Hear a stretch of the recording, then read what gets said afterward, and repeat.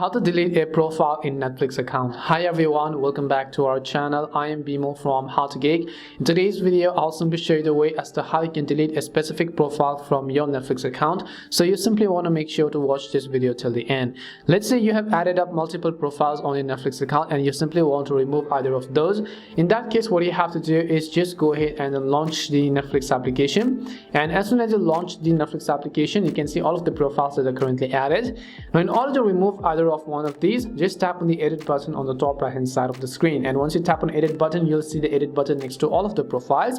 So you have to select the profile that you want to remove. So let's say I want to remove this specific profile, for example. You'll be able to see all these options, and at the bottom of the screen you have this little trash icon that says delete profile, as you can see over here.